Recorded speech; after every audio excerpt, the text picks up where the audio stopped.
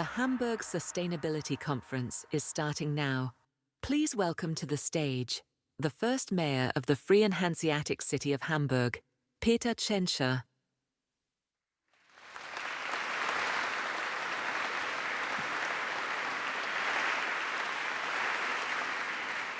Sehr geehrter Herr Bundespräsident, Federal President, sehr geehrter Herr Direktor Steiner, Frau Ministerin Director Alabali, Steiner, Radovan, Minister Alabali Radovan, Citizen of Exzellenzen, Honor Otto, sehr geehrte Damen und Excellencies, ladies and gentlemen. Herzlich willkommen A zur warm Hamburger welcome to the Nachhaltigkeitskonferenz Hamburg Sustainability 2026. Conference Erneut 2026. versammelt die Konferenz Again, Teilnehmer aus mehr the als 100 conference Ländern, gathers participants from more than darunter 100 Regierungsvertreter, countries, Botschafter amongst sowie them weitere Mitglieder des representatives of diplomatischen und government, konsularischen Korps. ambassadors, and other Ich begrüße auch die representatives of the zahlreichen Vertreter diplomatic aus and consular Wirtschaft, corps. I would Wissenschaft, also like to welcome Zivilgesellschaft the und representatives from internationalen international Organisationen. organizations, Sehr business, geehrte Damen civil und Herren, in society, Hamburg leben and Menschen aus mehr politics. als Ladies and 180 gentlemen, in Nationen. Hamburg we have people Es ist from eine more than große Ehre für unsere 180 Stadt, nations. It is a great dass sich die honor internationale for our Gemeinschaft city that the erneut international community nun yet bereits zum dritten again, Mal for the hier third versammelt time, hat, is gathering here Strategien zu in erörtern order und to Projekte discuss für eine strategies nachhaltige and projects for a und bessere sustainable Zukunft and zu better erörtern. future.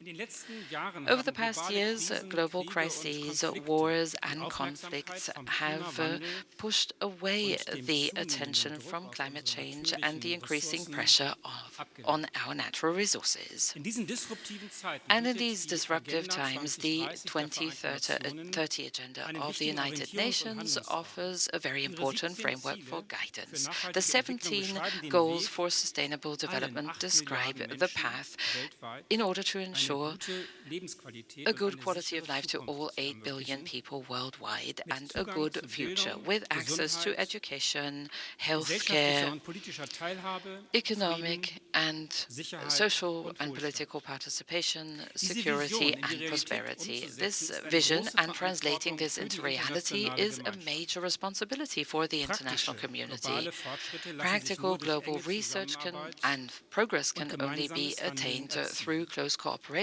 and Die joint Hamburger action. The Nachhaltigkeitskonferenz Hamburg bietet Sustainability ein Conference internationales Format für provides an den Austausch international von format Ideen for und the exchange of Erfahrungen, ideas and die experiences, Vorstellung neuer Konzepte the und Initiativen presentation of new concepts sowie and den Aufbau initiatives, as well as multilateraler Allianzen und the Partnerschaften. development of Die multilateral diesjährige alliances and Konferenz partnerships. konzentriert sich This auf year's 3 conference is Schlüsselthemen. focusing on 3 Erstens, key themes. resiliente First, Volkswirtschaften, resilient economies, Technologie und die technology, and Zukunft the unseres future of Planeten. our planet. Zweitens, Second, Risiko, risk, Unsicherheit und uncertainty, Konflikt. and conflict. Und drittens, And third, Sicherung der ensuring the Zukunft der future menschlichen of human Zusammenarbeit, collaboration, Multilateralismus multilateralism, und and Governance. governance. Sehr geehrte Damen und Herren, Ladies and heute gentlemen, lebt mehr als die today Hälfte more der than half of the global population Weltbevölkerung in Städten. lives in Städtische cities. Gebiete verbrauchen rund Urban 80% areas der account for weltweiten around Energie, 80% sind für of 70% the global der energy consumption Treibhausgasemissionen and verantwortlich are und accounting for verursachen mehr 70% of als global die Hälfte greenhouse des gas weltweiten emissions and cause more Abfallaufkommens. than half of the global Gleichzeitig waste volume. sind Städte And at the Motoren same des time, sozialen und cities technologischen are Fortschritts. engines and Sie driving vereinen forces wirtschaftliche of Stärke, social and technological wissenschaftliche progress. They unite Exzellenz strength, und Innovationskraft. scientific excellence, and Deshalb innovative tragen strength die and großen power. Metropolen This is der why Welt the major sowohl metropolises eine besondere of this world Verantwortung bear a special als auch eine responsibility, große but Chance, also die Entwicklung und provide a Umsetzung major von opportunity Lösungen so für eine that we nachhaltige can Zukunft develop and voranzubringen. implement solutions for Hamburg a ist sustainable entschlossen, future. seinen Hamburg Beitrag zu is leisten. determined to Bereits also make its own 2017 hat sich contribution. unsere In Stadt zur 2017 konsequenten already, Umsetzung der Ziele our der city Vereinten Nationen decided für to nachhaltige Entwicklung implement verpflichtet. the SDGs of Große the United Ballungsräume in Ihren Nations. Ländern Major haben conurbations auch in diese your Chance, countries also have the partnerschaftlich mit opportunity to Regierungen, work as Wirtschaft, Wissenschaft partners und with Zivilgesellschaft government, zusammenzuarbeiten und dabei internationale science, Allianzen business, zu schmieden. and civil society, Die and Hamburger to forge international Nachhaltigkeitskonferenz bietet ein alliances. The ideales Hamburg Forum Sustainability Conference für provides diese an Art ideal der forum Zusammenarbeit. for this Ich type of möchte den cooperation. Mitinitiatoren der So Konferenz I would unseren like to thank herzlichen the Dank co-initiators für of the Ihr Engagement conference. aussprechen. Thank you very much for Dem your commitment. Bundesministerium für The Federal wirtschaftliche Ministry for Zusammenarbeit und Economic Entwicklung, Cooperation and dem Development, Entwicklungsprogramm der the Vereinten Development Nationen Program of the United und Nations, der Michael and Otto the Michael Umweltstiftung. Otto Environmental Herzlichen Foundation. Dank an Thank you auch very much der also diesjährigen Schirmherrin der to Konferenz, this year's Oma Obama, patron of the sowie conference, Boma Ihnen Obama, allen für as Ihre well Teilnahme. as thank you to Ich you wünsche all Ihnen for anregende participating here. Diskussionen, I wish you neue inspiring Ideen, discussions, interessante new Kontakte ideas, interesting und einen contacts, schönen Aufenthalt in and a Hamburg. nice stay here in Vielen Dank. Hamburg. Thank you very much.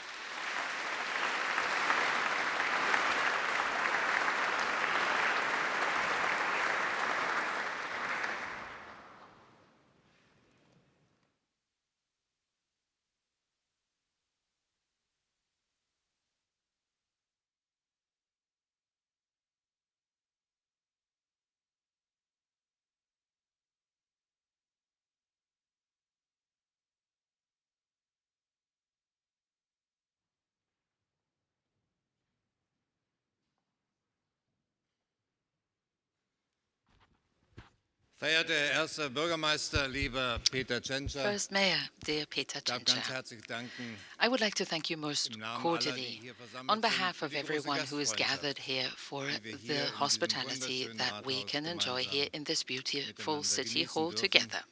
Ich verkürze meine Anreden und I sage am schlicht und shortening einfach, the Exzellenzen, greetings to meine everyone, so sehr let me verehrten just Damen say, und Herren. Hier im Excellencies, Saal ladies and gentlemen, here in this room hängen zwei hang wunderbare two Gemälde wonderful des Hamburger paintings of the Hafens. port of Hamburg. Eines aus der Zeit der One Hanse, dating from the time of the das Hanseatic andere aus League, der Zeit des the other frühen from 20. the Jahrhunderts. early Und schon 20th diese kleine century. And this Zeitreise, little journey through die time Bilder uns mitnehmen, that the zeigt, paintings welche are enorm taking us wichtige on Rolle Deutschlands show größter us Seehafen what a hugely für important unser role Land Germany's biggest und seaport seine played weltweiten and continues to Vernetzung play hatte for our country und immer noch and hat. its global links. Einen besseren Ort, das So will ich I sagen, can über scarcely Allianzen für eine imagine, this is weltweite what I would like to nachhaltige say, Entwicklung a better place in nachzudenken, which to think about kann new ich mir alliances deshalb for nur global ganz schwer sustainable vorstellen. development. Herzlichen Dank Thank you very für die much Einladung. for Ich freue mich, inviting me heute here dabei today. zu sein. I am delighted to be here. Meine Damen und Herren, in einem Ladies großen and gentlemen, internationalen Hafen wie in a major dem hier in international port Hamburg like the sind one here in Störungen im Hamburg, Welthandel disruptions to world und die trade and the Schockwellen, die shockwaves sie they trigger auslösen, besonders are früh zu particularly spüren. quickly felt. Gerade erst hat die Blockade der The Straße von blockade Hormuz of the uns Strait of allen mal Hormuz has wieder recently given us drastisch another vor Augen dramatic geführt, reminder wie sehr wir of how angewiesen much we sind depend auf on freie free trade Handelsrouten, auf routes, sichere safe Seewege shipping routes, und auf and funktionierende functioning supply Lieferketten. chains. Ohne diese wichtigen Verbindungen, das haben It has wir become entirely in clear aller Deutlichkeit zu spüren bekommen in den letzten Wochen, that ohne diese wichtigen without Verbindungen these funktioniert important links, der globale Welthandel global nicht. trade does not Millionen function. Menschen This is what we felt throughout können the nicht past mehr über weeks. die Millions wichtige of people can no Lebensader der longer Straße von obtain Hormuz supplies via versorgt, the Strait of Hormuz, a Nahrungsmittel, vital Dünger, artery of global Treibstoffe trade, foodstuffs, nicht mehr fertilizers, transportiert and werden. fuel can no Schon longer be jetzt sehen wir, transported. wie weltweit die Already, we are Lebensmittelpreise seeing food steigen mit prices rise drastischen all Folgen, over the world with gerade dramatic für Menschen in repercussions, ärmeren especially for Ländern. people in poorer Unruhen, countries. noch Unrest, größere Instabilität even greater drohen political in ganzen instability Regionen. in entire regions might be Meine the Damen und Herren, liebe consequence. Gäste, die So, geopolitischen ladies and gentlemen, Verwerfungen distinguished guests, the geopolitical reichen aber upheavals, eigentlich however, viel tiefer. go much Wir leben in deeper. einer Zeit, We are living in an age in der das when internationale the Regelwerk, international das uns regulatory Jahrzehnte framework geleitet that hat, has guided us for decades eine Zeit, in der dieses Regelwerk bedroht is in jeopardy, in der einige mächtige in Staaten which a dieses few Regelwerk powerful states nicht mehr no anerkennen, longer recognize these ungeniert rules brechen, and unashamedly wenn es den eigenen violate them Machtinteressen if they entgegensteht. interfere with their Rohe own interests Machtpolitik, and pursuit of power. Nullsummendenken, More and more brute power politics, Konfrontation, zero-sum alles das thinking and confrontation ersetzt leider mehr are und mehr die Pfeiler replacing, der unfortunately, kooperativen the und pillars of regelbasierten the Ordnung, cooperative, mit denen rules-based wir order jahrzehntelang gelebt haben. that we have lived with Ein for many Zeitgeist der decades. A Brutalität und zeitgeist of brutality Rücksichtslosigkeit and ruthlessness weht durch die is taking internationale hold Politik. in international Ich politics. habe ein langes politisches Leben I have a long political auch in career der internationalen also Politik in hinter mir. international politics Wenn behind meine me. Erfahrung mich eines And if lehrt, there is dann one das, thing I've learned from my experience, dieser Weg it is ist der that falsche. this is a wrong path. Deshalb sage ich, wir dürfen nicht So I tatenlos say we zusehen, must not stand wie die idly by kooperative, and watch regelbasierte as the Ordnung cooperative rules-based order is weakened, undermined, and shattered. Ja, es mag Yes, sein, dass die it may well Großmächte in be einer that the solchen major Welt ohne powers Regeln, survive in such a world without rules Großmächte in einer solchen Welt überleben und vielleicht and sogar kurzfristig maybe von einer even in the solchen short neuen term Weltunordnung benefit from this new profitieren. global disorder. Für uns Deutsche gilt But das nicht. this is Für die not true große for Mehrheit us der Staaten auf Germans. der Welt It auch is nicht. not Ich true halte for es the für large entscheidend, majority of countries in the world. dass wir mit That is why dieser I believe it großen Mehrheit crucial von Staaten that we nicht nur not unsere only schon maintain our bestehenden existing partnerships with Partnerschaften this large pflegen, majority of countries, sondern but dass wir sie vertiefen deepen und verbreitern. and Und das expand betrifft them. auch And that unsere also Netzwerke und goes for Partnerschaften our development cooperation in der networks and Entwicklungszusammenarbeit. partnerships. Ohne mehr Without internationale greater Zusammenarbeit, international cooperation, ohne without gegenseitiges mutual Vertrauen trust, wird es uns we nicht will gelingen, not be able globale to master Herausforderungen wie den global Klimawandel challenges oder such as climate die change Bekämpfung von or the Hunger fight und against Armut zu hunger meistern. and poverty. Und genau an dieser Brücke And bauen Sie here hier auf dieser Konferenz. at this conference, you are Dafür working to will build ich this Ihnen von bridge, Herzen and for danken. this, I would like to thank you.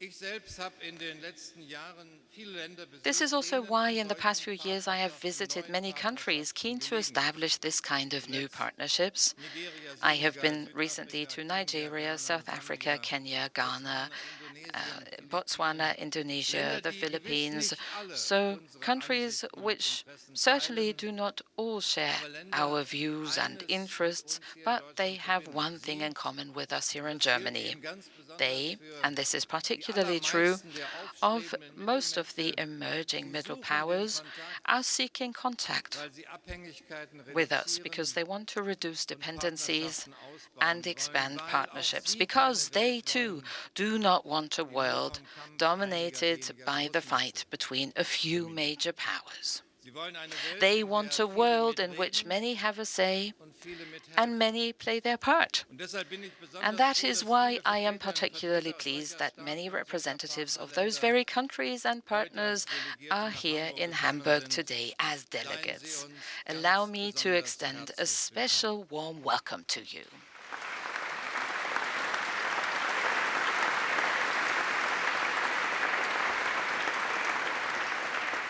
Ich weiß sehr wohl, I liebe am Gäste, well die aware, Vertreterinnen und distinguished Vertreter aus guests, dem that aufstrebenden representatives globalen Süden from the emerging global fordern south nicht nur selbst mehr are not only Verantwortung und themselves calling for more Gestaltungsspielraum ein, responsibility and more scope for sondern sie action, schauen auch sehr but they are genau also hin, watching very welchen closely Beitrag wir im to see Westen, wir what in we in the Europa und West, wir we Deutsche in Europe, leisten, and also we Germans welchen are Beitrag wir doing leisten zur to Aufrechterhaltung help und preserve Stabilisierung and einer stabilize an internationalen international Ordnung, order die möglichst that vielen dient benefits as many und as nicht nur einigen possible wenigen. and not just very few. Deshalb bekenne ich sehr offen, And die so deutsche I admit Bewerbung quite openly einen that Germany's nichtständigen Sitz campaign im for a non-permanent UN-Sicherheitsrat seat on the UN Security ist dieses Council Mal gescheitert und failed diese this time, Niederlage ist and wirklich this bitter is für a uns. bitter defeat for us. Sie ist Grund für kritische It opens Fragen up critical questions an unsere Widersacher, aber eben auch an uns to selbst. those who Und did not ich vote for versichere us, but Ihnen, also to ourselves. mein Land, Rest Deutschland, assured, wird weiter however, that my einstehen für country, Germany, internationale will continue to Zusammenarbeit, für work for Frieden und international Entwicklung cooperation, und for für peace eine and internationale development, and Ordnung, for an deren international Herzstück order die Vereinten with the Nationen sind. United Nations at its heart.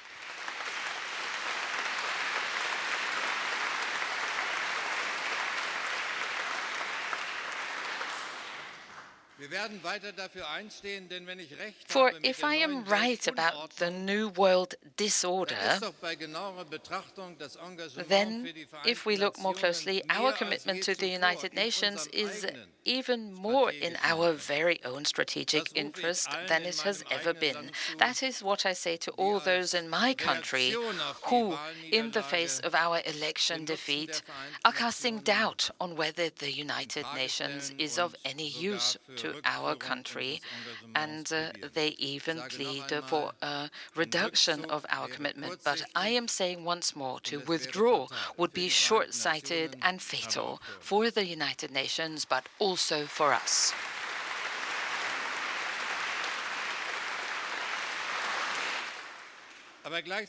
At the same time, however, I also say to the many representatives of UN organizations here today, the United Nations needs to change as well.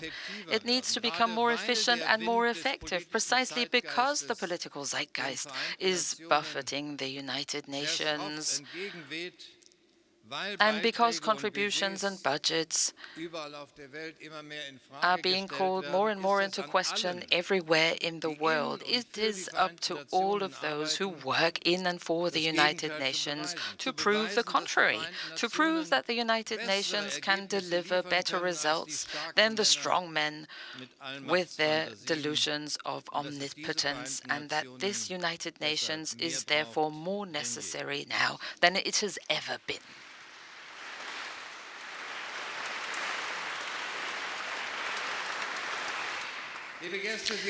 Distinguished guests, you all know this. You are very much aware that the challenges confronting us now leave us no time to catch our breath. Take the Sudan, where a devastating civil war is raging and nothing less than a humanitarian catastrophe is unfolding before our very eyes. And you know this better than many more. This is just one example out of many examples around the planet. Take global hunger. Yes, we have made progress on fighting it. For the third successive year, fewer people in the world are starving. But in Africa especially, more and more people are suffering from malnutrition and its consequences. And if we look at this more closely, because I was speaking about the Strait of Hormuz before, a setback in combating poverty is currently threatening in the forthcoming years because of the rising energy prices and the fertilizer prices as well. So take climate change. Here in Europe too, we are increasingly feeling its effects. Just in the recent days, even though in Hamburg it is raining today, over the past days we were experiencing an almost unprecedented heat wave. But it is also clear that climate change hits people in poorer countries particularly hard. And that is why it remains important, even in economically difficult times, that we continue to do our utmost for global climate action.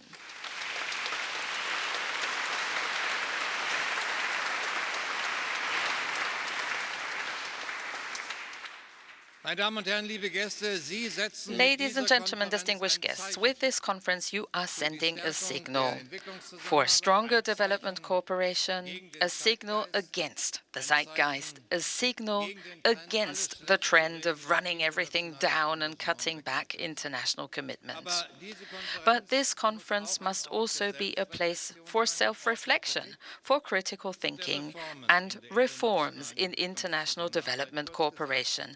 To put it succinctly, the more political opponents development cooperation has, the more urgently must you debunk all their arguments. And the only way to do that is to keep on reviewing development policy and its organizations, and to seriously analyze where they are working and where they are not. And for that, too, this conference, I believe, is an important forum. We pledge that no one will be left behind. That is the promise we, the international community, made 11 years ago. However, this pledge will not fulfill itself. We see this on a daily basis, so let us not relent in our efforts to keep our pledge. Only if we work more closely together at international level, with trust in common rules, only if we can rely on a strong United Nations and its subsidiary organizations, only then will we succeed in attaining the Sustainable Development Goals. Only then will we achieve our common goal. Every person counts, and no one will be left behind. Let us work together to ensure this. Distinguished guests, I know this. I know that you are all working to enable as many people as possible in the world to lead a better and a more peaceful life. And for that, I wish to thank you all most sincerely. And in conclusion, I would like to make one wish. Please do not slacken in your commitment, a commitment to making the world a better place. Thank you very much.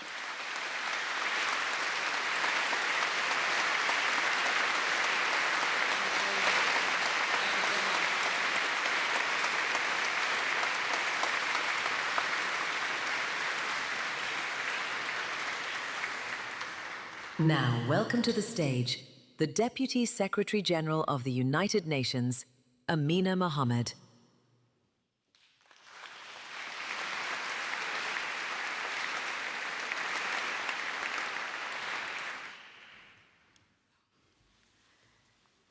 Thank you so much. Your Excellency, President Frank Walter Steinmeier, thank you very much for that commitment to the United Nations. You're in a family of 193, and one less would be one too many, and so we thank you for that commitment to the UN. The Mayor of Hamburg, incredible building, thank you for inviting us into your home. Minister Reem, Alabali, Radovan, my sister, friends, colleagues, Achim, Steiner, Alexander de Croo, great to be here with you, and I'm so happy to be joining everyone for the third Sustainability Conference. I'd like to give my deep appreciation to my sister Reem for this idea and for holding us and bringing us together on an issue that is so important in the world today. But I also want to recognize Achim, his leadership that had a huge contribution to the UN. Achim, you're immensely determined at that time to ensure that sustainable development took root. Coming from UNEP in Nairobi to New York was not an easy endeavor. But this conference is a testament to that, so thank you.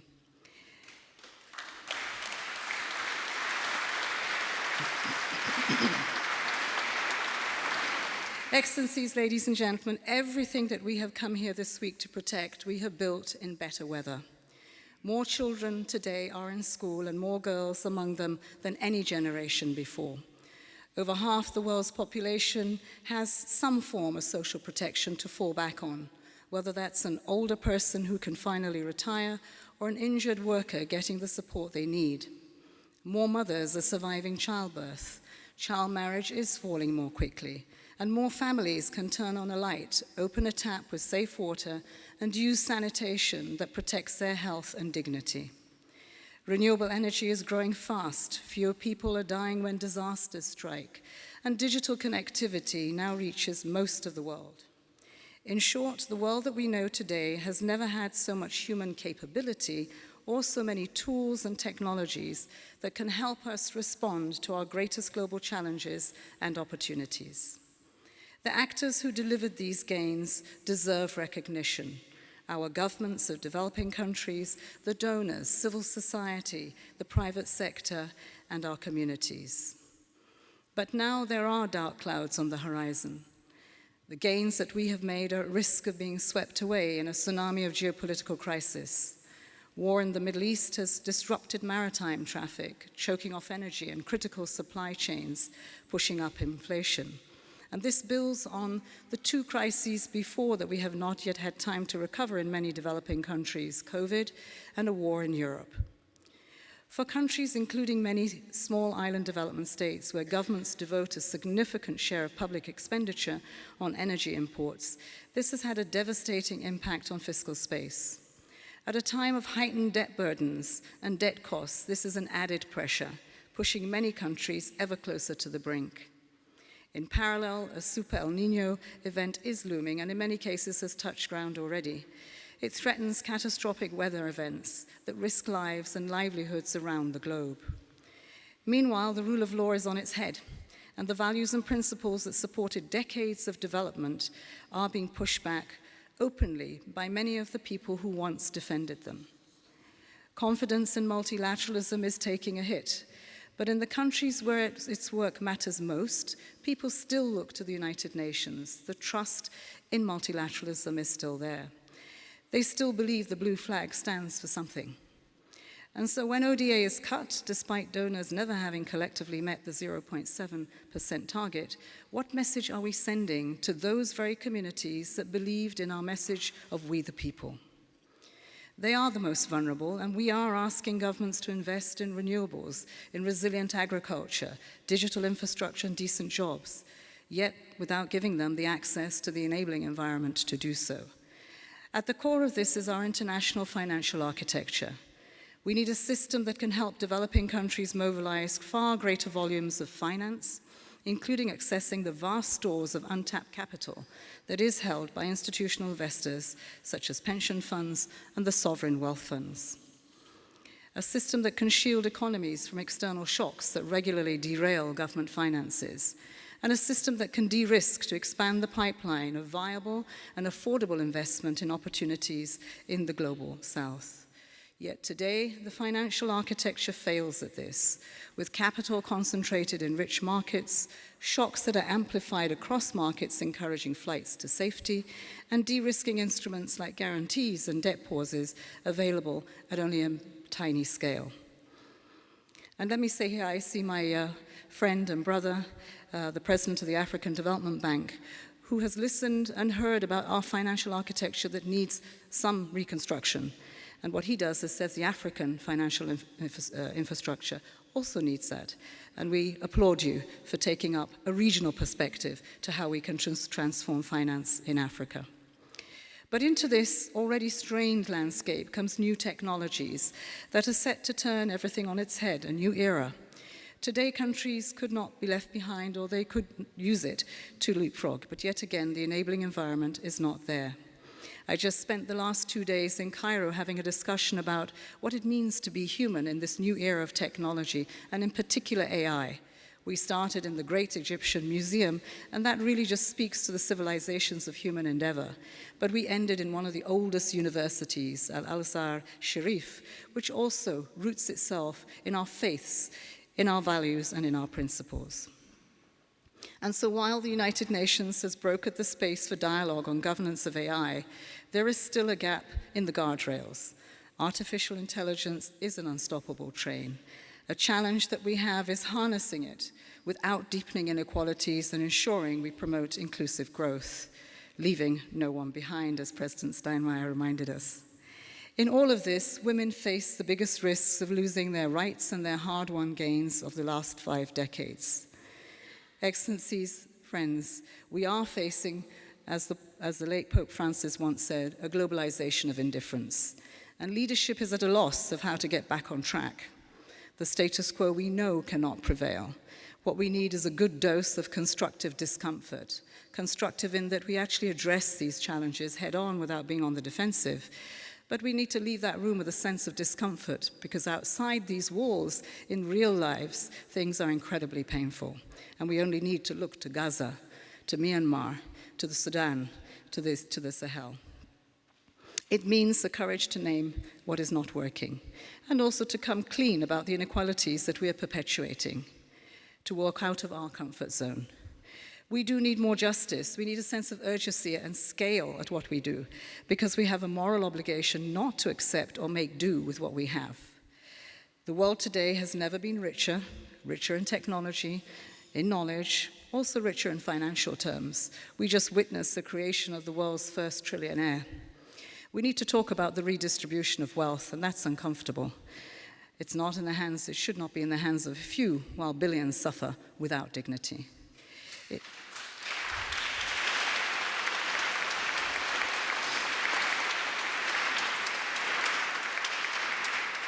It has taken us from 1992, the Brundtland Commission, to 2015 to realize the Sustainable Development Agenda. Now we need the courage and the political will to implement it. I know many often say that there are too many goals, it's too ambitious, it's too big an agenda. Tell that to the person who doesn't know if they will see tomorrow. That's something that we must consider. Who was this agenda for? It took us 4 years to consult it. It was no mean feat to bring the world in to discuss a framework that has yet to be delivered, and still a little way to go before we meet our target. So let's put our shoulder to the wheel on ensuring that we are speaking to the person out there, giving them hope, because they don't know if they will see another tomorrow. But it does mean reinventing institutions for the 21st century, not tinkering with them, adding on, but transforming them with the help of new technologies, with young people, an intergenerational dialogue, so that they are ready for the 21st century. We need inclusive economies that are green, But we also need a social contract between citizens and governments that does provide the systems for health, for education, for social protection. We need governance that protects the rule of law and provides a recourse to justice when people have failed.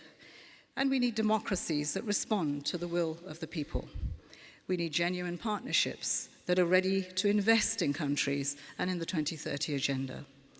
Finally, we need to double down on multilateral cooperation. Our call to action at the United Nations is to come back to our global town hall. Whether regional, national, or local, come to the table. Bring your solutions, your ideas, your expertise, and your knowledge. Create the partnerships that will produce integrated responses and create the multiplier effects that reach billions. The 2030 agenda provides the integrated response we need to do this. What we need now is the nerve to fund, accelerate, and deliver on that agenda. It takes no less than every one of those 17 signposts for all the SDGs. Let me end by saying, at risk of stating the obvious, that this will not be easy. It never has been. It is a heavy lift. As some would say, there is no gain without pain. But that pain has to stop being one that we say, we need more resilience in Africa, we need more resilience in the SIDS. We have a big lift ahead, but we can make it lighter with many hands so that we can go all in the same direction towards the 2030 agenda. It will take time, but time is exactly what we're running out of. It will take everyone coming out of our silos and redefining what we need to get behind national priorities and not the priorities of a few. So let us ask ourselves, what will we take out of the Hamburg Sustainability Conference and back into the world that we all work and reinvest in? This has to be a week of pushing against the status quo, of putting our shoulder to the wheel, of bringing policy to action and resources to investment and implementation. The storm might be here now, but we must lean into it and navigate our way together through on the other side. Thank you.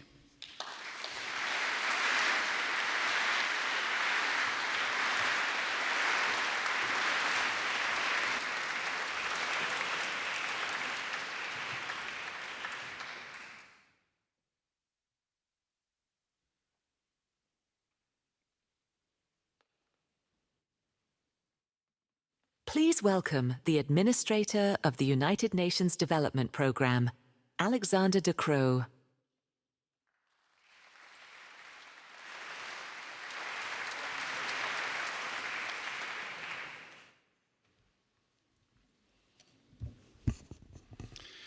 Excellencies, dear guests, what a great honor to be here again in the free Hanseatic city of Hamburg for this Hamburg Sustainability Conference. We are living at a time of great contradictions. Unprecedented wealth, unprecedented innovation, yet unprecedented instability.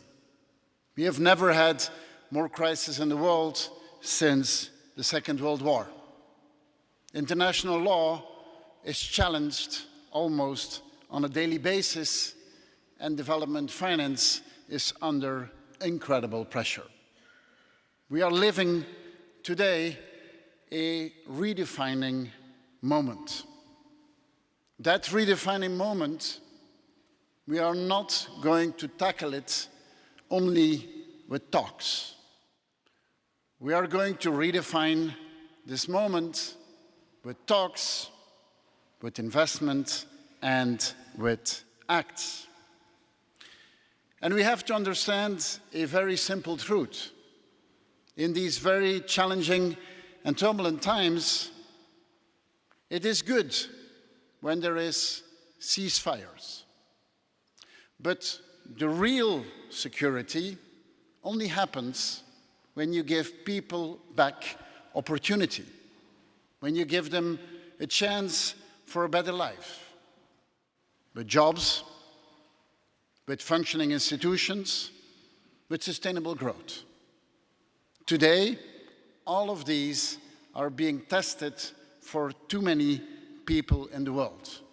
And even if it looks that the tensions in the Middle East are decreasing, the economic aftershocks, the ripple effect, is something which might threaten lives of hundreds of millions of people for years. Yes, governments and communities, they have acted. They have acted to avoid that up to 45 million people would be falling back into poverty. But at which cost? At a staggering fiscal cost. These are means that could have been used for something else. The subsidies for fossil fuels have ballooned over the past months. They have increased by more than 400 billion. Today, they are 1.1 trillion US dollars. Today, we see that the debt levels in developing countries have increased. We see that for more than half of them, they spend more than 10% of their income at servicing debt interest payments. This is capital that could have been invested in the green transition. This is capital that could have been invested in a digital transition, in using artificial intelligence for the benefit of everyone. What we see is that to survive today, so many countries have mortgaged tomorrow. They have been cutting in health. They have been cutting in investing in education. They have been cutting in investing in the foundations of growth tomorrow. And that is why we need international action today. We cannot leave those countries on their own. Those countries that had no choice to protect their people today, we cannot just say, okay, now we will have to deal with the consequences. That is why at the United Nations Development Programme, we have come with something which we call the Day After Agenda. A Day After Agenda which is based on three main pillars. First one is helping developing countries in re-establish their fiscal base, re-establish their capacity to finance development. Now, we do this at a moment where we see that overseas development assistance have been shrunk in an unprecedented way. But development is financed in many ways. It is also based on domestic resource mobilization, on better collecting taxes of the wealth being created in countries. It is also based on remittances. It is also based on mobilizing international capital.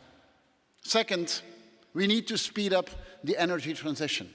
We have seen how a single choke point, the Strait of Hormuz, can destabilize the energy landscape worldwide. Renewable energy does not have those choke points. Solar panels do not have to go to the Strait of Hormuz. Wind turbines are not hampered when there is a naval blockade in the Strait of Hormuz. It is decentralized, and today it is the right thing to do from a heart perspective, if I could call it that way, from a humanity point of view. It is also the right thing to do from a wallet point of view, from a financial point of view.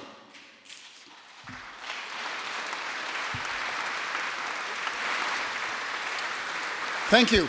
And after the first one, which is re-establishing the fiscal base, the second one, which is boosting renewable energy, the third one is revitalizing multilateralism. And dear Amina, I think you explained it extremely well. Yes, the multilateral system is being challenged.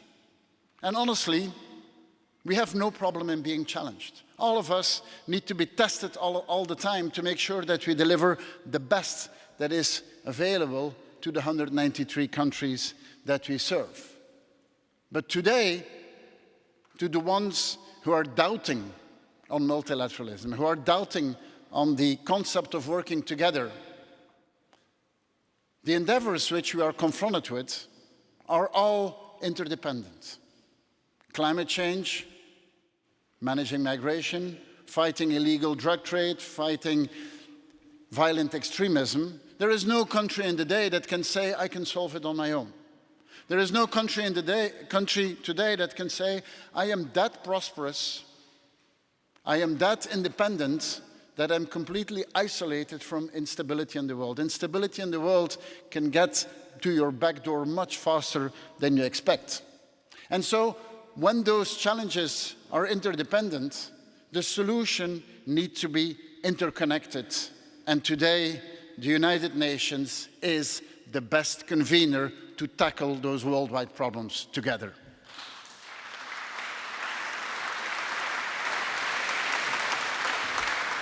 Dear friends, at United Nations Development Programme, we do not wait for stability to happen.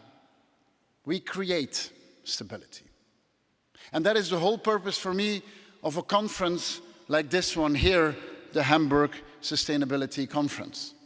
The distinguished Michael Otto said it yesterday in our preliminary meetings. Yes, at a conference we talk, but the goal of a conference like this is to act. Today, we need to believe, we need to convene, but most of all, we need to act all together. Thank you.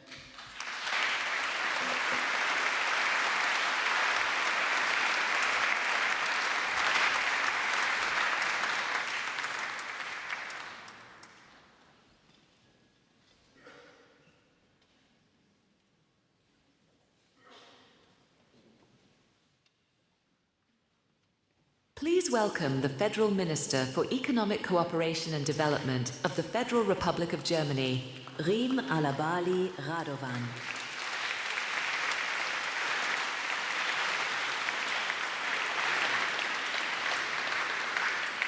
Sehr geehrter Herr Bundespräsident, Exzellenzen, meine sehr geehrten Federal Damen und President, Herren. Excellencies, ladies and gentlemen, the major challenges of our time do not stop at national borders.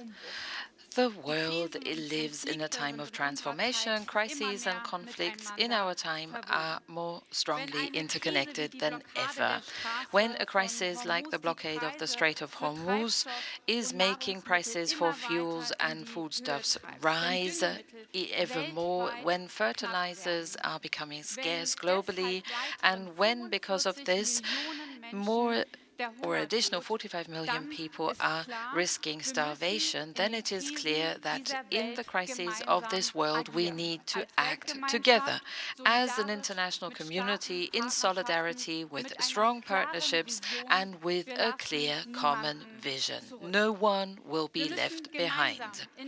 Together we need to invest in peace and stability. Together we need to fight poverty and inequality. Together we need to ensure food security and take climate action. And together we need to assume responsibility. Because when the next harvest fails, then this does not only affect the people in the poorest countries of the world.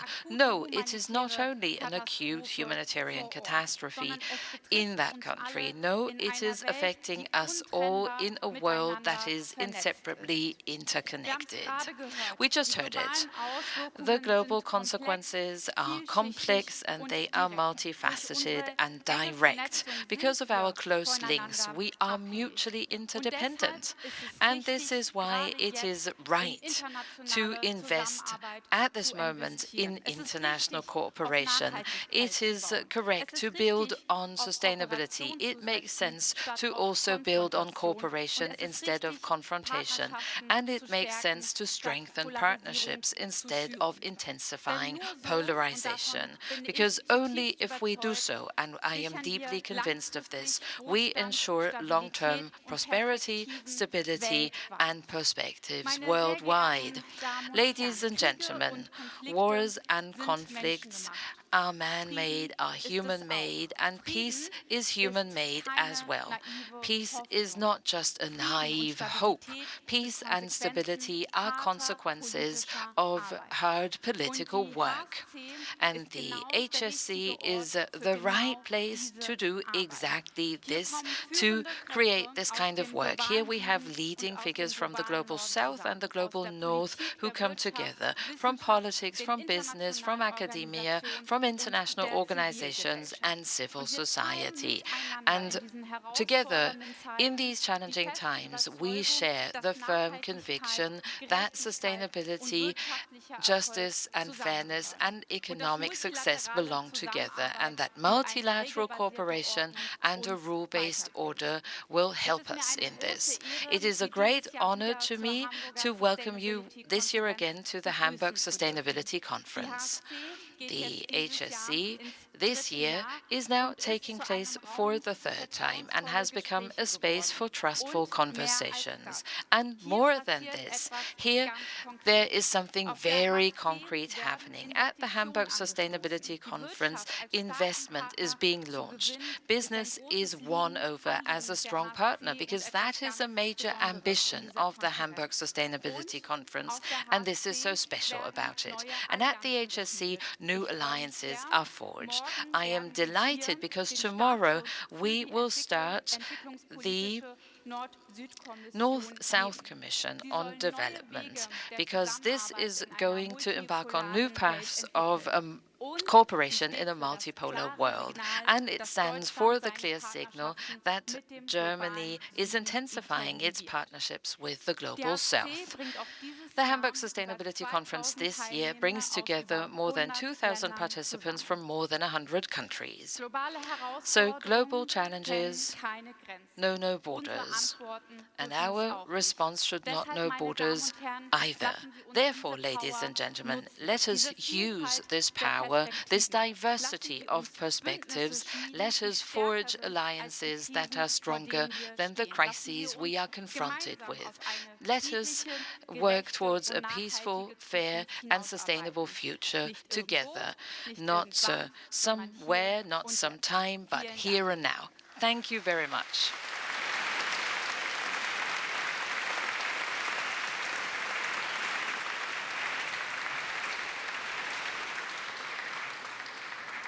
Please welcome panel moderator Shoo from Deutsche Welle.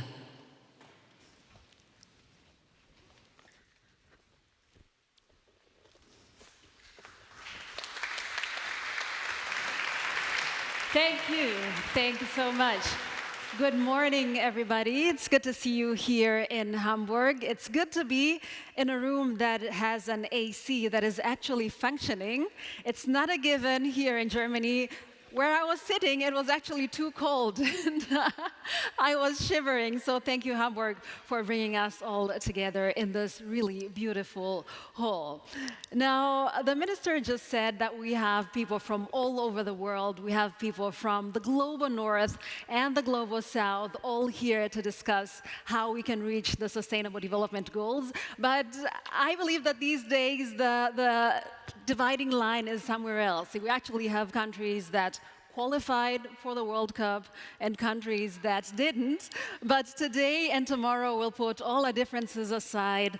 The Hamburg Sustainability Conference is the place where Canada and South Africa will get together at one table to see how we can move forward to make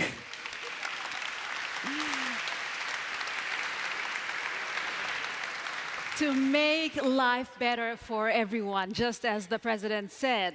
Because if we think about the privileges that each one of us has enjoyed, even just this morning, most of us slept in a hotel, we woke up, we had a shower, again, most of us. We had breakfast, we know that we'll get lunch, we were able to travel, we were able to participate in dialogue, we are able to shape the future of our lives. So why wouldn't we want other people, the ones that we left behind in our countries, to also be able to enjoy those privileges? Administrator Croo talked about the development finance being under immense pressure. And I just want to put a figure to that, because for us to really see how big the dimension is, we're talking about $4 trillion US. That is how wide this financing gap is. That is what is needed every year. And because Elon Musk has already been mentioned, let me just say that even if he woke up tomorrow and said, okay, take everything I own, you can have it all for development, then it still wouldn't be enough. So today here on the stage, we want to talk about how can we bring about more investment into development development into transformation and see that the solutions that we invest in don't only work for maybe a small community, my grandma's village in Tanzania, but actually we want to come up with scalable solutions that work for a whole country, a whole region, and that can be applied to different parts of the world. All right, the stage has been set, and I am now going to call upon my esteemed panelists. We are delighted to have the president of the Asian Development Bank here with us. A warm welcome to you, Masato Kanda.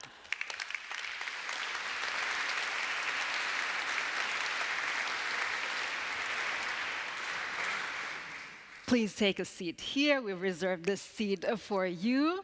We have the chair and the founder of the Mo Ibrahim Foundation, the man himself, Mo Ibrahim.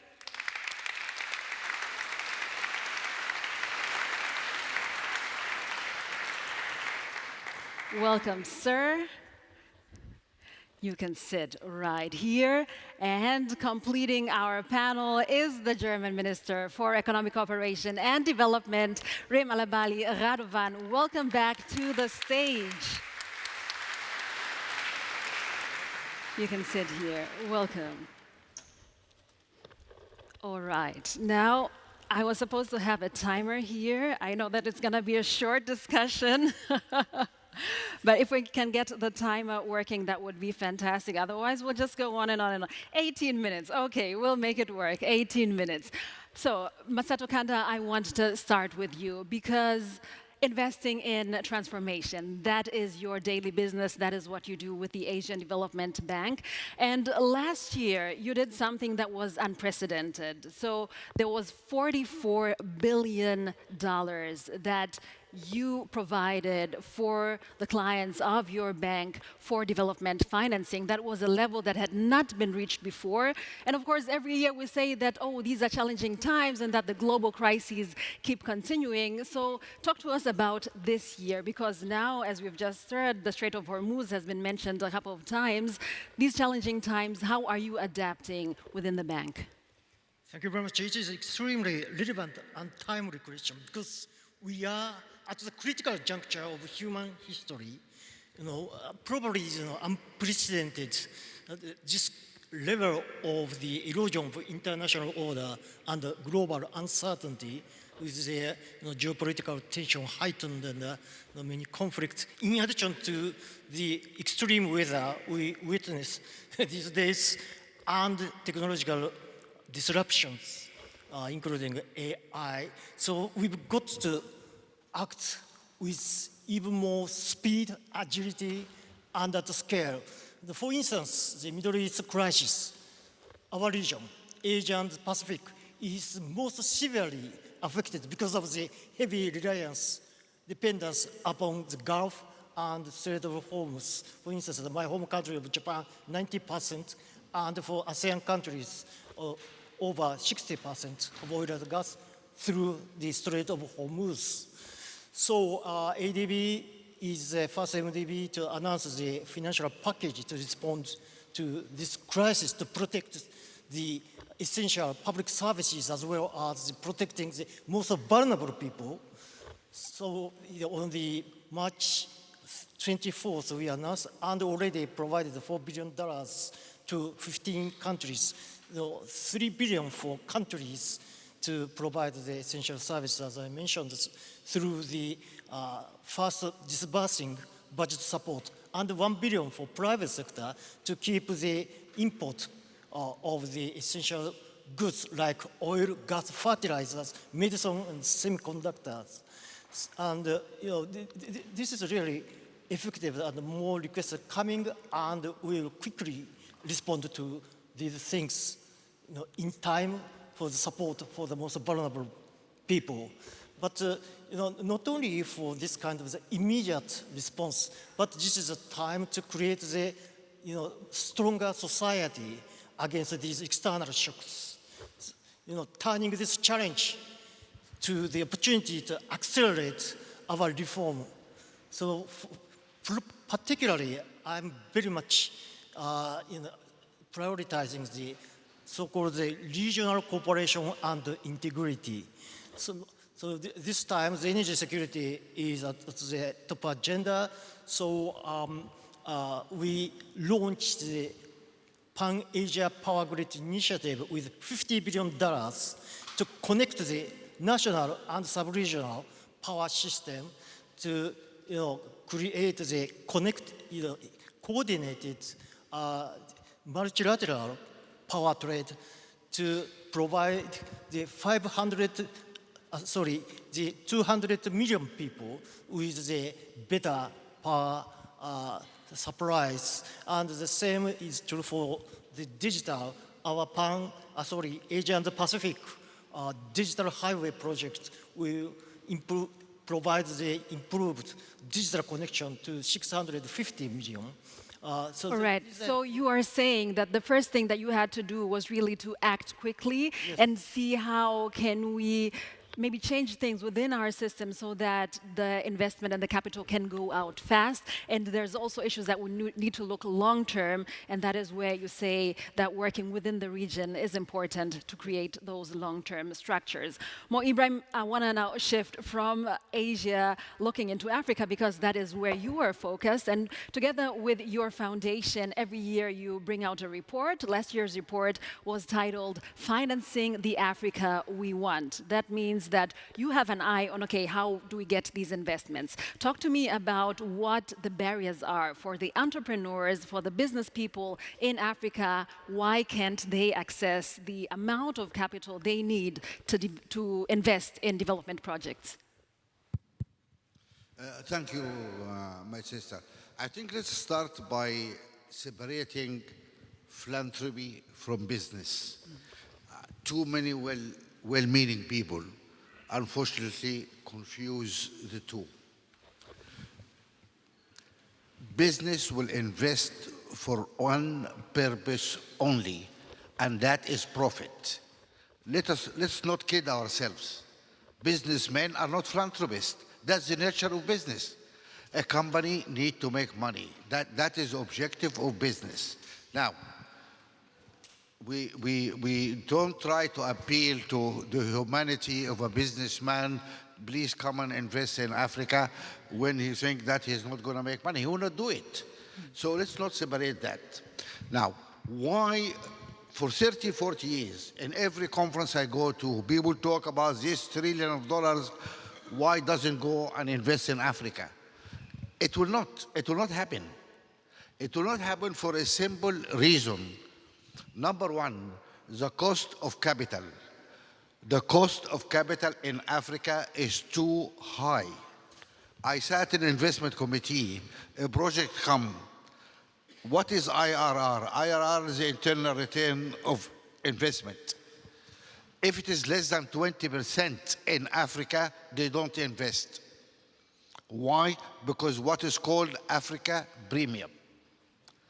Rightly imagined, please people wake up. That is the world. That's how the world acts. People don't invest unless they're sure they make money. And the perception, there is a huge premium for Africa. As a company, if I want to borrow money in Europe for a European project, I can borrow at 4 or 5%. In Africa, I need 15, 16%. Why? Because there is 10% premium for Africa. So nobody will invest. Just look at the number, look at the data. Who invested in Africa in the last 10, 15? Nobody. Do we have any here from the global north who are investing in Africa? Maybe a show of hands. Planning to? Okay, there was one hand right there, and we'll have... People need to deal with that issue. Do we understand that the rating agency rate every African economy except 2 as sub-grade investment? Are you aware of that? If you are sub-grade investment, nobody invests in you. Or they ask for a huge premium. Pension funds, a lot of institutional funds by law cannot invest in sub-grade investment. That is the law. So this huge amount of money legally cannot invest in Africa. You ask the rating companies, why are you rating all this economy as subgrade investment? And we had that debate. There are a number of parameters. Half of them are based on data or facts. That's fine. We cannot argue with that. The other half is perceptive. And the rating agency set all of them in Johannesburg. Only in Johannesburg. So they're not in the other African and pontificate about 54 countries which they have never seen. They cannot even pronounce its name. And we seem to have a big problem. And I remember last year during the HSC, we did have a panel actually on that very issue where we had representatives from different rating agencies telling us why they perceive Africa the way they do. But before we continue more, Ibrahim, I now want to bring the minister into the conversation, and I'm really excited to hear what you have to say, because I remember last year, one of your very first trips was to Sevilla, to the Financing for Development conference. And one of the issues that emerged there was that governments said, okay, we need to work even more closely with the private sector. I want to know, 1 year later, how far have you gotten and how are you mobilizing funds for Africa, for example? Have you been able to convince investors to invest their money on the African continent? Well, before I come to Sevilla, let me just add on what Mo Ibrahim said. I mean, looking from a German and European perspective, and the lack of investment in Africa, I just really feel ashamed. This is our neighboring continent. And when you talk to businesses, when you talk to people, when you try to convince them to invest in Africa and the huge opportunity, I think we really slept on that in the last decades, and we need to change that now very fast in a very quickly time, which is not easy. But just looking around here, when you just ask to who is invested in Africa and who wants to invest, I don't feel good about it. We need to change that. We really need to change that. The future is there, and we have to work on that. Sevilla was a great moment. I really have to say, and let me underline this because the multilateral system is under a lot of pressure. Sevilla, the declaration of Sevilla was a great success, and now it's time to implement it, as you just asked. It's time to implement it, and we cannot wait for the next 10 years, for the next conference on development. So we are working together on mobilizing also investment. The president just said public budget is under pressure, not only in Germany, also in Europe and elsewhere, but there is not a lack of money. So That's interesting. You say the budget is under pressure, and at the same time you say there's not a lack of money. I mean, when you just mentioned Elon Musk, when you say through all the challenges, all the global crisis we just faced, we just heard from all the speakers, and this time, in this decade, it was possible for one man to become trillionaire. You cannot say that there's a lack of money. But the money is not going where it needs to go when it comes to sustainable development. And we need to change that. And just let me make quick 4 points.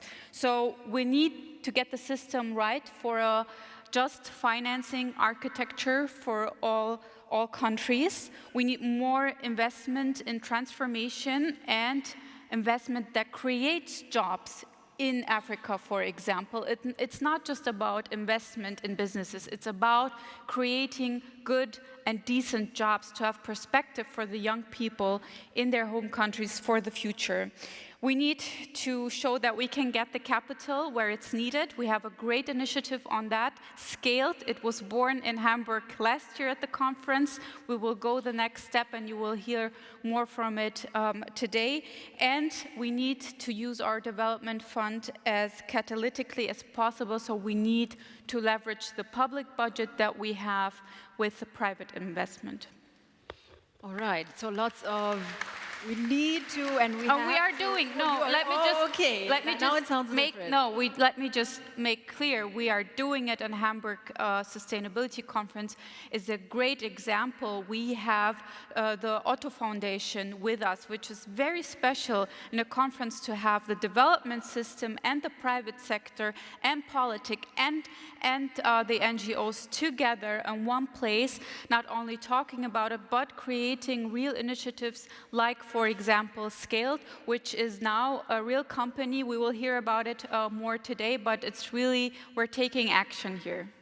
All right, so the session on Scaled is at 12, by the way. I'll see you there. So, Masato, Kanda, I want to come back to you again because you not only are the president of the Asian Development Bank, but this year you're also the chair of the Multilateral Development Group. So this is a group of various multilateral development banks. We have the AFDB as well in there. We have the European Investment Bank. In your position as chair, what are the concrete proposals that you've brought forward for people and members to be able to mobilize that investment and be able to bring about projects that can be scaled? Thank you very much. Our cooperation is much more important than before. And the cooperation in practice means the tangible joint actions on shared purposes and strategies, priorities towards the more efficient and effective MDBs as a system to meet the expectation of shareholders and partners and most importantly, our clients. So a few priorities shared by us is, for instance, the private capital mobilization. Of course, public money can't meet the huge demand of the development, so we need to mobilize the private sector capitals, and also private sector can bring efficiency to the economy through market discipline. So we are jointly trying to de-risk the investment for and also creating the enabling environment, improving the information for investment risks in emerging countries, and deepening the local currency capital markets to protect from the currency fluctuations. Second, critical minerals. This crisis enlightened the necessity of the more diversified, resilient, and responsible supply chain of critical minerals, and we are jointly seeking to rebuild this diversified connections. And thirdly, they are quite the same for the water security. We are working together, and the fourth, most importantly, we are acting as a system for all MDB groups for more efficiency. For instance, last fall, we had the first so-called full mutual reliance framework, which means completely eliminated the redundancy and overlapping for co-finance projects. So dramatically reduce the transaction cost for our beneficiaries. So we don't stop here, and we will increase our cooperation going forward. Thank you very much. Wonderful, thank you. And I believe that many can learn from that. And you seem to be ambitious in saying, okay, there's still more work to do, and we want to keep pressing forward. Ibrahim, we've talked about the problems and the issues. Let's talk about solutions now. The minister says that we want to cooperate with Africa. What Germany always says, we want it to be a partnership on equal footing. How can these international partnerships succeed without, or let's say positively, whilst creating jobs for the African society, without killing local innovation, and also, again, making sure that we do have in the long-term economic transformation? Right. To finish where I started last time, actually. But you're seeing the timer, right? We have 30 seconds, quickly. And the minister needs to answer another question. No, because I talked about the problems created by others. Yes. There are problems created by us, and we have to be honest. If we have now 17 countries out of 54 which suffer from internal conflicts, who's going to invest in a country at war? I come from Sudan. who's going to invest in Sudan? If we are killing ourselves, if we're having a war in the country, nobody invested in that. So we need peace in Africa. Then we need good governance. Without good governance, and that's why all my life, my foundation focusing on good governance in Africa. Without that, forget it. It wouldn't happen.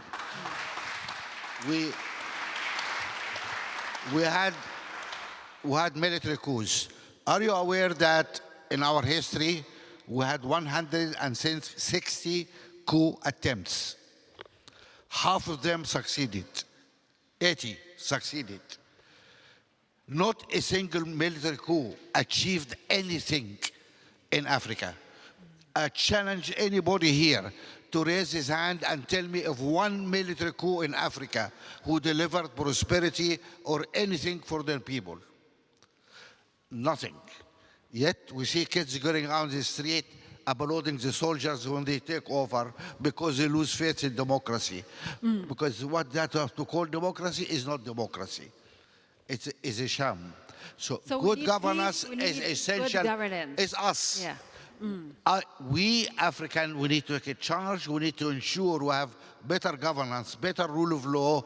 Otherwise, nobody's going to come and touch us. Of course, that's beside the other. So it is two issues here. Yeah. It's us and the others as well. Finally, and I must mention that we need to stop illicit financial flows out of Africa. Africa loses $90 billion a year in illicit financial flows. And that is a big number. Companies don't pay taxes in Africa, and you guys in the West are facilitating this. You need to stop that. You need to stop that. Thank you very much. Minister Alabali Radovan, I'm going to give you the final word. The photographers are already going out for the family photo. So tell us the one thing that we need to all keep in mind in order for this HSC to be a success, so that the things we discuss don't end up here in this beautiful hall, but that it brings about transformation on the ground. Yes, just let me say, let's tackle those challenges together. Let's stop talking and let's go to work. Thank you. Thank you. Thank you so much for that fantastic, short, but impactful conversation. Thank you so much, Minister Alabali Radovan. Thank you so much, Masato Kanda. And thank you, Mo Ibrahim. Thank you very much. Thank you so much. And now, before you all head out, I want to now invite to the stage. We're not done yet. We are not done yet. I want to invite to the stage a man that everybody who's been to the HSC knows very well. Everybody who's worked with the UNDP knows very well. He was the administrator of the UNDP. Last year, he was on kind of his farewell tour. He said that he's going back to Oxford because his time is up. But I think the HSC didn't want to let him go, and that is why he's back as the chair of the Hamburg Sustainability Conference. A warm welcome to Achim Steiner.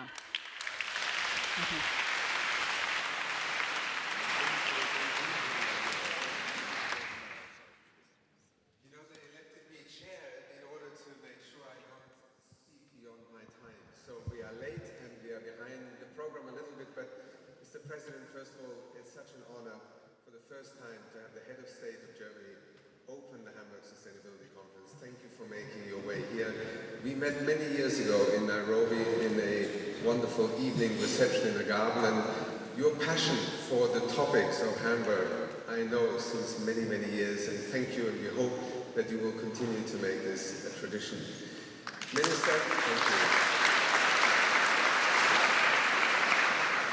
I also want to thank the Deputy Secretary General, the many heads of international organizations who have found their way to Hamburg. One reason, I think, is because you sense that this country, despite, yes, a little bit struggling with the idea that it was not elected back into the Security Council, has a deep, deep conviction that multilateralism, international cooperation, and the architecture of international organizations is something that this country itself has benefited from for decades. And sometimes we forget, and we should never forget that. So thank you also to all our colleagues who have come here.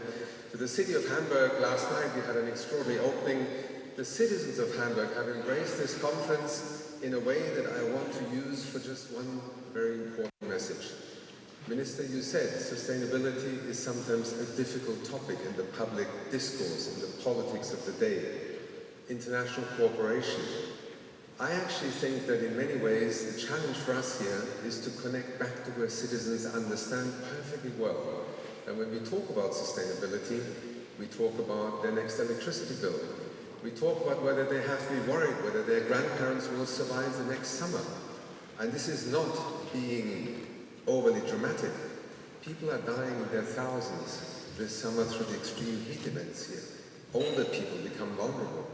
When we talk about sustainability, it's not abstract. It is the operating system of our economy, of our societies, and we just had a fascinating panel. Thank you so much for the comments you made. Investing in one another. We know that it can work. And let us also remember that when we talk about the difficulty of sustainability and the economy, we sometimes ignore very fundamental truth. Over 90% of all investment in new electricity generating infrastructure last year, according to the International Energy Agency, was in clean energy. Now, do you need more proof that sustainability is not some marginal variable anymore when we think about development and investment? It has become the driving force of investment. Mobility is the next frontier. Food production, food security, urbanization, how we survive in cities in periods of climate change. Sustainability is not abstract, and nor is it irrelevant to what it means to people in their everyday lives. But our task here is not only to talk about it, but to make it happen, as we heard so many times. So on behalf of the Council of the Hamburg Sustainability Conference, have a fantastic conference. The menu has been laid out for you. Many of you have co-created the sessions here. Let's prove to the world that we are not talking about some marginal issue. We are talking about the future, our future of investing in one another. Thank you so much. Have a fantastic conference.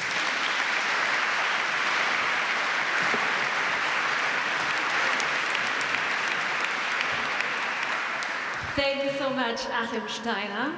And now we are going to release the dignitaries for what has become a tradition here at the HSC, the family photo. So I now invite the president together with the front row to walk towards this direction for the photo. Everybody else, please stay seated. The doors are locked. We can't escape this room. We're all staying here. And we also have something else for you that the VIPs are going to miss. So thank you so much for being here. You can now go to the room. You'll have people with a sign, "Follow me," that you can follow.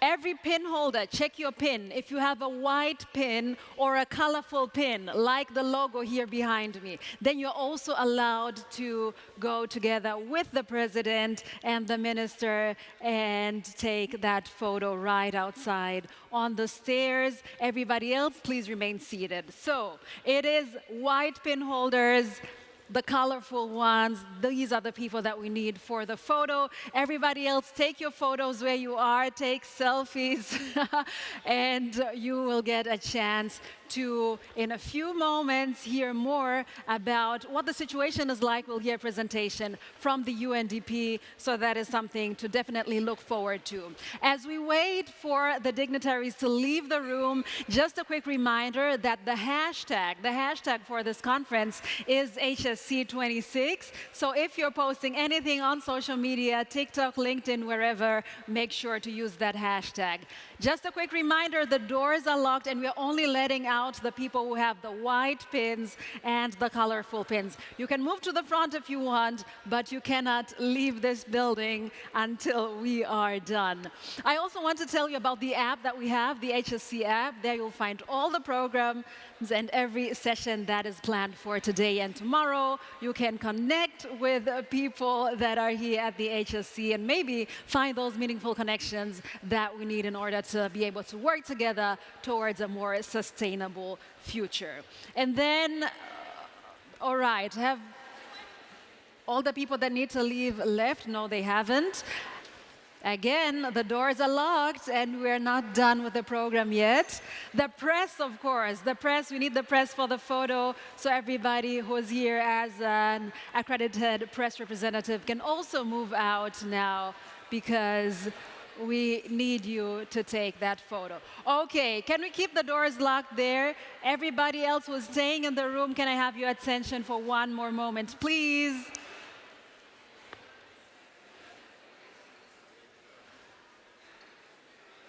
All right, brilliant.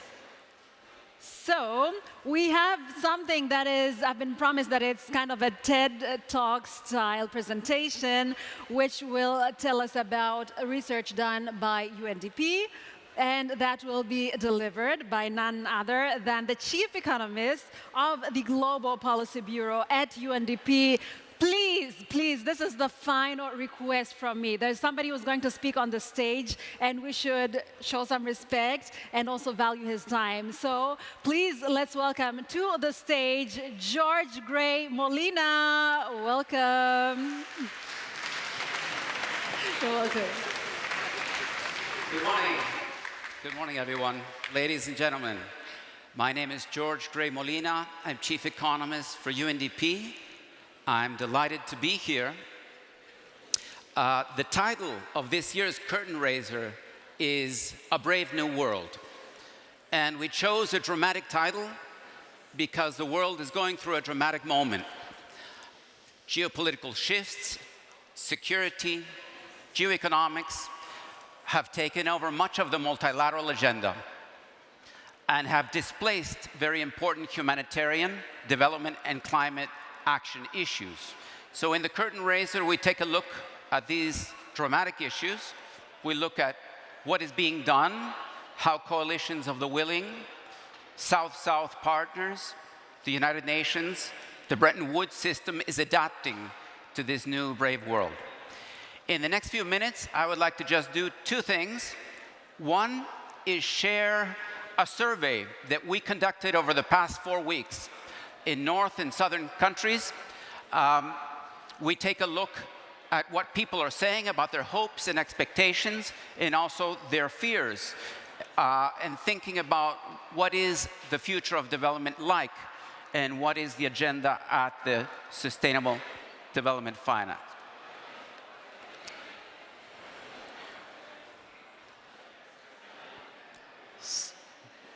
So we're having a bit of a glitch. Here we go. Okay. So let's get started with the first set of questions have to do with risks, that have to do with fears. And as we heard earlier this morning, the big fears are about the cost of living, the pocketbook, inflation on energy and food prices, but also on the geopolitical conflict, on security, on fear. So when you look at those first two columns, the blue and the red, they're telling a story of 40 to 60% of people across the North and South, telling us that the issues of the day are surrounded by geopolitics and the cost of living agenda. Not everything is doom and gloom. There's also hope, and there's an expectation for the future. When we ask people what are the key opportunities of the future, we see two combos. One around renewable energy and development financing, and the second around education and AI, around the green transition and the digital transition. And we think these are important across North and Southern countries. They tell a story of hope. Finally, we asked people, what should the Hamburg Sustainability Conference do? And I think this conference was founded not to be a talk shop, but to have action, to create breakthroughs. And that's what we're hearing from people on the ground. The first issue that people say is be specific, focus on specific goals, your breakthroughs. Number two, anchor that and align that to the multilateral system, the SDGs and the Paris Agreement. And third, bridge global North and South, create new alliances. And I think that HSC has been doing just that over the past 3 years. Let me end with three future-looking ideas. When we think about this brave new world, we're thinking about things that are happening right now and in the next 20 years. First, the global spillovers of the Middle East conflict, of geopolitics, are still with us. The crisis is still here. Developing countries and the ripple effects of that conflict are affecting developing countries at great fiscal cost. UNDP Administrator Alexander de Croo shared some data points on that. We released the global policy brief this morning. Take a look at it.